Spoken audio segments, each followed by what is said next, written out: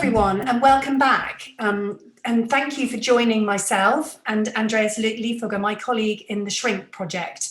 And if you've been following our series of Therapy 15 podcasts, you'll know that we've been talking so far about what we call the three pillars, the fundamentals, or the three pillars of mental well-being, which are how we manage our relationships with other people in the world, how we go about decision-making processes. And this week, what we're going to focus on is the third fundamental, which is all about ourself, how we are and how we can get to know ourselves better. And thinking about knowing yourself, it seems such an obvious thing. Doesn't everybody know themselves? But actually, it can be incredibly challenging to understand what makes us tick. Who are we? If you're asked to summarize who you are, it can be really, really challenging. And that can sort of manifest itself in all sorts of ways in our daily lives, in that we might react to things in a way that surprises us. Certain things might make us really angry or want to burst into tears or want to sing for happiness, and we just don't quite know what the trigger is. What is it that's going on? Why do we always behave in certain ways in certain situations? So those are the sorts of things, life's little mysteries about ourselves, that Shrink aims to help us tackle with its myself channel on our app and platform. So Andreas, do you want to sort of start the ball rolling with this and talk a little bit more about the exercise and the whole concept behind it? Sure. So what we're really talking about here is the kind of feelings that we can't quite place, something that may feel a bit uncanny, something that may be slightly feeling disturbing, or just to sort of think about, why am I all of a sudden thinking about this? Why did I think about this person, this relationship, this situation, and that triggers a certain kind of reaction to me. So this whole thing about knowing oneself, I think since the 1950s, there's just been quite a lot of pressure that somehow we ought to know ourselves and we can help ourselves and we need to kind of sort things out. And if we just think in a certain way or challenge negative thoughts, then of course everything is going to be a lot better, and sort of happiness comes almost at the end of that. And of course we know that that's not necessarily the case. And the reason I think for that is that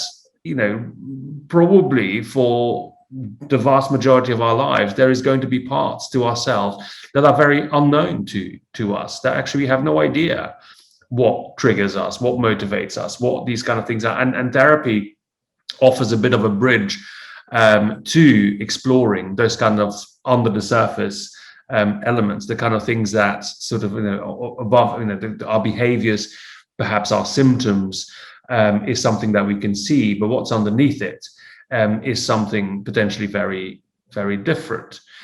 And we've gone back right to the beginning of the talking cure, as Freud put it, by going to just words. And sometimes people kind of think, what if I were to go to see a shrink, if I want to go to therapy or to counseling, what on earth would I talk about? Words are enough sometimes. You don't have to have whole sentences. You don't have to have whole stories. You just have to kind of be able to articulate a word. And then with that word, you can then sort of play with what's the next word that comes to mind. And then perhaps there's a third word as well. And then you kind of look at it and thinking, so these words have now been produced from inside me somewhere. How? Why? Who? Can I now start making sense of this? Is there a connection in between them? And people have told us that they find that exercise quite useful. But of course, you have to be in the right frame of mind before things, as we call it, bubble up from that different place. Yeah, that's right. And I think that's, what the app aims to do. And I suppose to give a kind of example of it, I think people will often have that experience of something being just out of reach. There's a dream that they can't quite remember that felt really significant, or there's a memory or something within them that causes them to ask a question. What is this about? I don't quite understand what's going on here in my head or in my emotions and so on. And so as you say, what we're trying to do is help them get into a frame of mind where they can find those words and start to make sense of them. And so the app does that in in a way that I think will be familiar to a lot of people. So first, the first idea of the app is that we ask people to breathe. And breathing is all about bringing yourself into your body. As anyone who's been to a yoga class will know, that yoga instructors use that sort of language a lot, but it is very helpful to just purely focus on this very mechanical function of getting oxygen in and breathing it out again, and counting your breathing and so on. And so that's what we do first of all in the app. So we're kind of bringing your focus into yourself and away from all the other distractions that are normally constantly competing for our attention in the world. So we bring the focus into ourselves by doing the breathing exercise, and then the app invites you to just free associate. So what is the first word, without using any kind of censor, any kind of judgment that might come to mind immediately, but just to let the words come. And I think a lot of people sometimes might think, well, nothing will come up, I won't think of anything, but something does emerge, something will float up. And we invite you to capture that word and then write it down. And then we repeat the process. Now the second word, and then the third word comes. And I suppose this is this idea of things floating to the surface that are just out of reach, that experience of things being not quite accessible to us and just out of reach. We can sort of grab them in the form of these individual words that we then concretize by writing them down in the app and then looking at them together. You look at the three of them all together and think, okay, so what's the link? And it's extraordinary, the links that some people make. I mean, we have the classic example is milk, mother, and then a third word that can be anything, and that association can be really strong for people once they look at the three words together and where that leads them. Andreas, do you want to say some more about that? Yes, I think people are out of all the sort of the interventions that we offer on our platform. I think people are probably the most bemused initially by this one, kind of thinking, I'm not entirely sure what this is for or what this is going to do.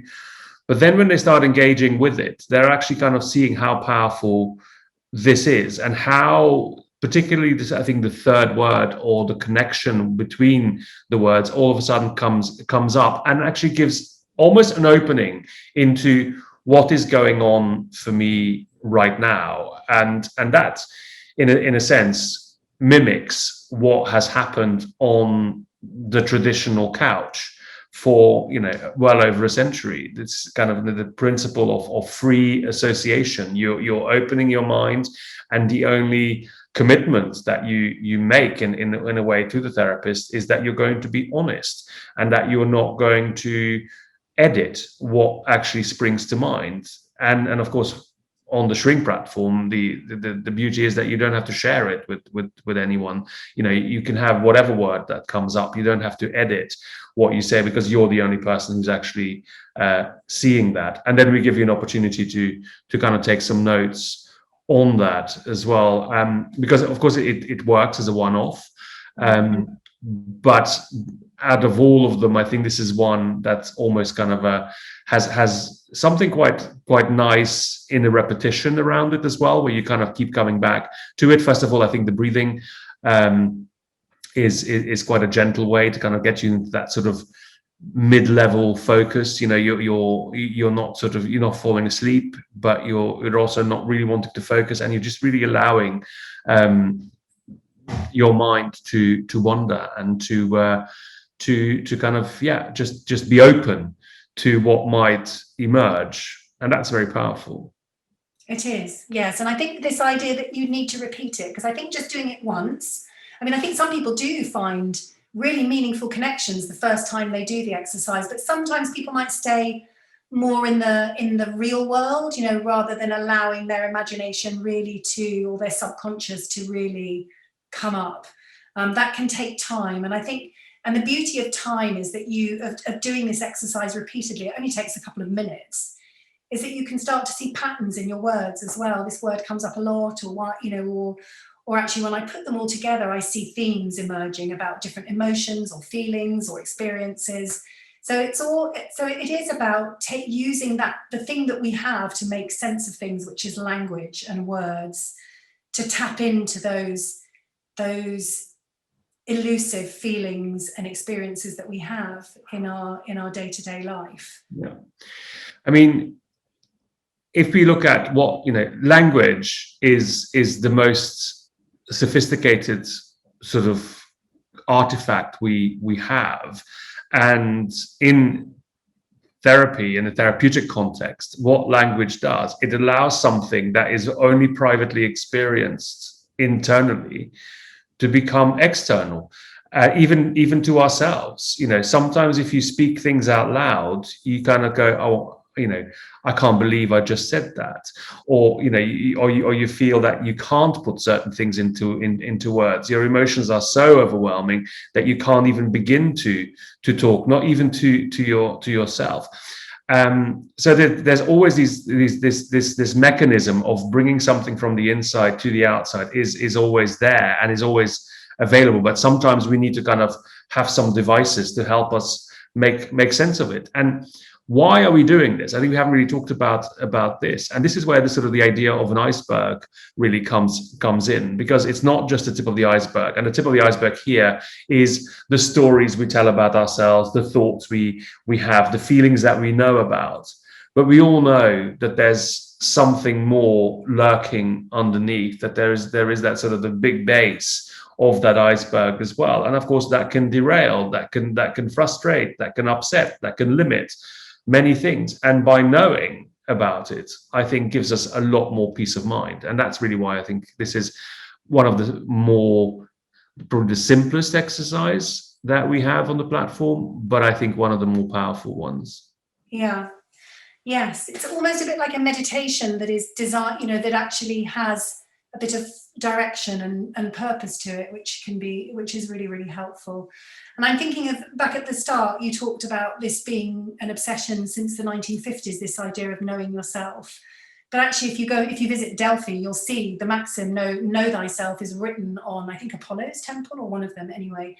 So it is, this has been man's pursuit really since we first walked the earth, and I think we've always been a mystery to ourselves, and it can be a life's journey to get to know yourself. And I suppose the idea of Shrink is that it's your companion on that journey, and that it helps you by bringing these things out and by concretizing them, allowing you to leave a permanent memory of that, and to explore it and to make sense of it more easily.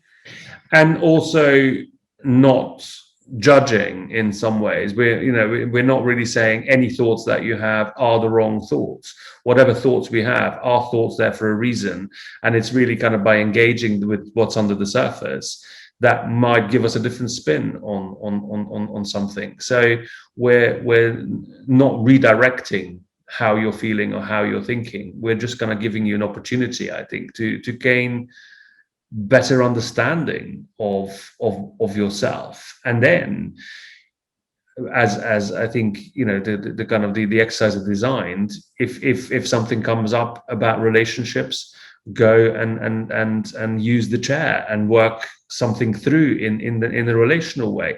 Obviously, to do with what do I want, what should I do, let's go and look at the decision making part of things. So they all tie into together in that way, because splitting mental health up into various sections is always quite difficult. But I think in the way that we've done it here at Shrink, by kind of looking at decisions, relations, and making sense of myself, it just sits very nicely together, and it's kind of also gives you some direction as to where you are at any given time.